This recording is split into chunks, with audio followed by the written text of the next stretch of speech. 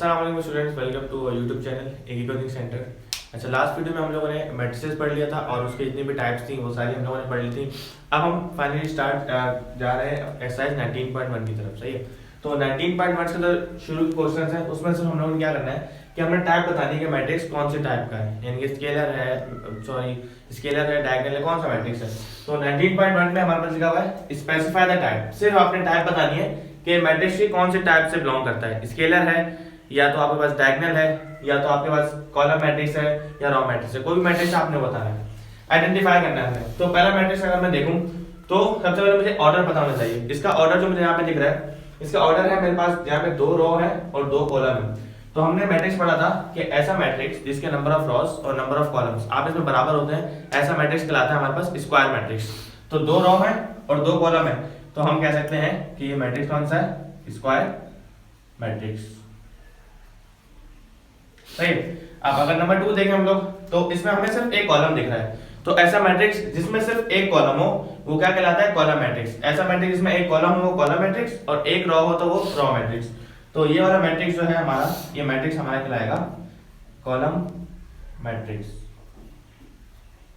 इसी तरह part number 3 जो हमारा, उसमें हमें सिर्फ एक रो दिख रही है, 2 कॉलम है और एक रो है।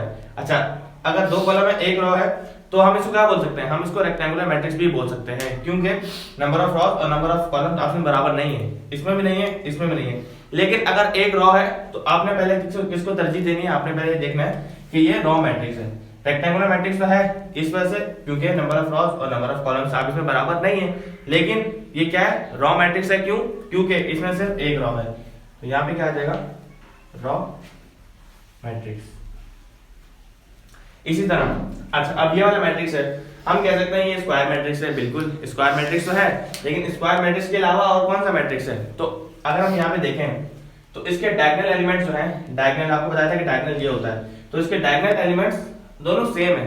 मैंने क्या कहा था, ऐसा मैट्रिक्स जिसके डायगोनल एलिमेंट्स आपस में सेम हो एक्सेप्ट 1 नहीं होना चाहिए, 1 के अलावा √7 है तो यहाँ पे √7 होना चाहिए, माइनस में कोई वैल्यू है, प्लस में कोई वैल्यू है, या कोई भी वेरिएबल क्यों ना हो, भले कोई कांस्टेंट क्यों ना हो, अगर दोनों सेम है डायगोनल तो ऐसा मैट्रिक्स कहलाएगा स्केलर मैट्रिक्स।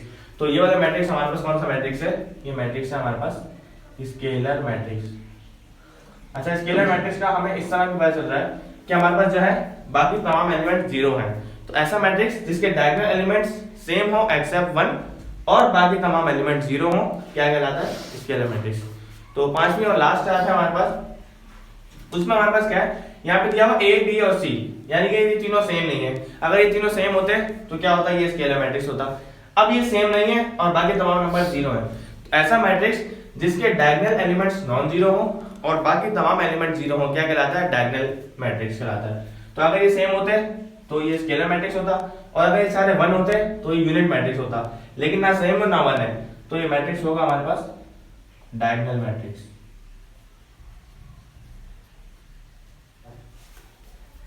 अच्छा, पार्ट नंबर 2 है 19.1 का हमारे पास, उसमें हमने क्या करना है कि मैट्रिक्स का ऑर्डर बताना है। ऑर्डर या साइज एक ही बात है, सही है। तो आपने बताना है कि इस मैट्रिक्स का ऑर्डर क्या है या इस मैट्रिक्स का साइज क्या है। तो पार्ट नंबर 1 है हमारे पास, उसमें हमारे पास सबसे पहले हमने रॉ चेक करनी है, सही है। तो आपने ये चीज फॉलो करनी है हमेशा, RC, यानी कि सबसे पहले रॉ उसके बाद कॉलम। अगर आप पहले कॉलम लिख दोगे फिर रॉ लिख दोगे तो आपका ऑर्डर खराब हो जाएगा, आपका ऑर्डर सही नहीं माना जाएगा। हमेशा पहले रॉ देखनी है आपने। तो इस मैट्रिक्स में हमारे पास 3 रॉ है और 3 कॉलम है। सबसे पहले आप रॉ देखोगे 3 रॉ है और कॉलम कितने आपके पास, 1 2 3, तो हमारे पास यहाँ पे 3 कॉलम आ गए। तो 3 रॉ और 3 कॉलम। तो इस आपसे कोई पूछे कि इस मैट्रिक्स का ऑर्डर क्या है या इस मैट्रिक्स का साइज क्या है, तो आपने बोलना है ये 3x3 का मैट्रिक्स है, सही है।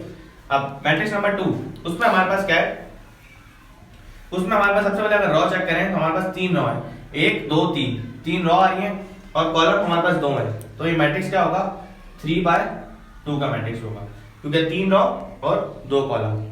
अब पार्ट नंबर 3 में हमारे पास रॉ चेक करनी है, तो 1 और 2, हमारे पास 2 रॉ आ गई।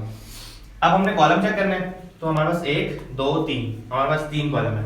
तो इस मैट्रिक्स का ऑर्डर क्या है, इस मैट्रिक्स का ऑर्डर है 2/3 का मैट्रिक्स है ये। अब 4 में सबसे पहले हमारे पास ये वैसे मैट्रिक्स कौन सा है, ये मैट्रिक्स है कॉलम मैट्रिक्स, क्योंकि इसमें सिर्फ एक कॉलम है। तो सबसे पहले हमें रॉ चेक करनी है, रॉ है हमारे पास 3, तो हमारे पास 3 रॉ और 1 कॉलम, तो इस मैट्रिक्स का ऑर्डर है 3/1। और 5, अच्छा पार्ट 5 जो है इसमें बहुत सारे बच्चे कंफ्यूज होते हैं कि इसका ऑर्डर है भी है नहीं, ये तो जीरो है, ये तो नल मैट्रिक्स है, जीरो मैट्रिक्स है। लेकिन इस जीरो मैट्रिक्स है, भले इसका भी ऑर्डर होगा। इसका ऑर्डर क्या होगा? अगर आपसे कोई पूछेगा इसमें कितनी रो है, इसमें एक ही रो है, एलिमेंट्स एक है तो रो भी एक ही है, तो यहाँ पे क्या आ जाएगा? एक रो। अच्छा कॉलम कितने हैं? ये वर्टिकल एक कॉलम है और एक रो है, तो इस मैट्रिक्स का ऑर्डर होगा 1/1 का।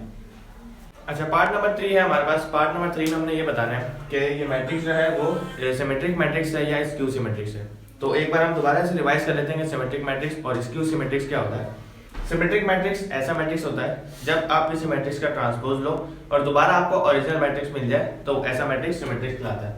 जैसे कि अगर एक मैट्रिक्स है ए, उसका मैं ट्रांसपोज लूं और दोबारा मेरे पास ओरिजिनल मैट्रिक्स यानी कि ए आ जाए तो मैं कहूंगा ऐसा मैट्रिक्स मेरे पास क्या है? Symmetric matrix. और अगर ऐसी सिचुएशन हो कि आपके पास एक मैट्रिक्स हो और उसका ट्रांसपोज लेने पर माइनस ऑफ ओरिजिनल मैट्रिक्स आ जाए, यानी कि ओरिजिनल मैट्रिक्स के सबके साइन चेंज हो जाए, तो ऐसा मैट्रिक्स स्क्यू सिमेट्रिक मैट्रिक्स कहलाएगा। तो हमने क्या करना है, हमारे पास यहाँ पे 4 मैट्रिक्स गिवन है, 4 मैट्रिसेस गिवन है और हमने इन चारों मैट्रिसेस का ट्रांसपोज लेना है और ट्रांसपोज लेके चेक करना है कि ये मैट्रिक्स जो है सिमेट्रिक्स है या स्क्यू सिमेट्रिक्स है। तो स्टार्ट करते हैं। नंबर 1 है हमारे पास, उसका हमने ट्रांसपोज लेंगे तो हमें पता चल जाएगा ये सिमेट्रिक्स है या स्क्यू सिमेट्रिक्स है। तो इसका मैं ट्रांसपोज अगर लूंगा तो मैं क्या कर रहा हूँ? रो को कॉलम बना रहा हूँ, सही है। आप चाहो तो कॉलम को रो बना लो, बात एक ही है। तो 1 1 और -1 ये रो है, इसको मैं कॉलम बना दूंगा 1 1 -1। अब ये 1 2 0 रो है, कॉलम बना दो 1 2 0। -1 0 5 रो है, कॉलम बना दो -1 0 5। अच्छा अब अगर मैं चेक करूं तो मुझे वही मैट्रिक्स दोबारा मिल गया 1 1 -1 1 1 -1 1 2 0 1 2 0 -1 0 5 -1 0 5।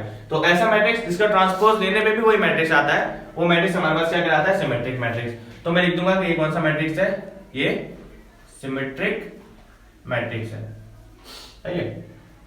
अच्छा इसी तरह दूसरा मैट्रिक्स, इसका ट्रांसपोज लेंगे, ट्रांसपोज लेने पे अगर तो साइन चेंज हो गया तो स्क्यू सिमेट्रिक्स है, साइन चेंज नहीं हुए ओरिजिनल मैट्रिक्स है तो सिमेट्रिक मैट्रिक्स। तो इसमें भी क्या करूंगा मैं? कॉलम, अब इसमें पहले मैंने रो को कॉलम बनाया था, अब मैं कॉलम को रो बना देता हूं, ठीक है। तो ये 0 -1 और 2, सही है। ये मेरे पास क्या था? कॉलम था, उसको मैंने रो बना दिया। इस तरह 1 0 -3 ये मेरे पास क्या था? कॉलम था, रो बना दिया। अब ये -2 3 और ये 0 ये मेरे पास क्या था? कॉलम था, इसको मैं रो बना दिया। अगर मैं अब चेक करूं तो मेरे पास 0 0 को छोड़ दो। अब ये 1 था, यहाँ पे -1 हो गया, साइन चेंज। प्लस का 2 था, माइनस का 2 था, प्लस का 2 हो गया। -1 प्लस का हो गया, 0 का 0 है। माइनस प्लस का 3 था, माइनस का 3 हो गया। 2 प्लस का था, माइनस का हो गया। यहाँ पे माइनस का 3 था, प्लस का हो गया और ये 0 0। इसका मतलब तमाम मैट्रिक्स के जितने भी एलिमेंट्स हैं उन सब के साइन जो है वो कन्वर्ट हो गए, यानी कि साइन जो है वो चेंज हो गए। ऐसा मैट्रिक्स जिसका ट्रांसपोज देने पे उसके साइन सारे नेगेटिव हो जाते हैं, यानी कि अगर इस मैट्रिक्स में मैं नेगेटिव साइन कॉमन ले लूं तो दोबारा मुझे ये मैट्रिक्स मिल जाएगा। तो ऐसा मैट्रिक्स क्या कहलाता है? Skew symmetric matrix. तो हम यहाँ पे लिख देंगे कि ये मैट्रिक्स कौन सा है? स्क्यू सिमेट्रिक, ठीक है। इसी तरह पार्ट 3 है हमारे पास, उसका भी हमने ट्रांसपोज लेना है। तो रो को कॉलम बना दो 1 7 3 है, 1 7 3 रो थी, कॉलम बना दिया। 7 4 -5 7 4 -5 3 -5 6 3 -5 and 6। तो ये मेरे पास हो गया। अगर मैं चेक करूं तो मेरे पास दोबारा ओरिजिनल मैट्रिक्स आ गया। तो ऐसा मैट्रिक्स क्या कहलाता है? Symmetric matrix. तो हम यहां पे लिख देंगे सिमेट्रिक मैट्रिक्स, सही है। अच्छा पार्ट नंबर 4 है हमारे पास, उसमें हमने क्या करना है? उसका भी हमने क्या लेना है? ट्रांसपोज लेना है। तो इसका ट्रांसपोज ले लेते हैं, नीचे ले लेते हैं।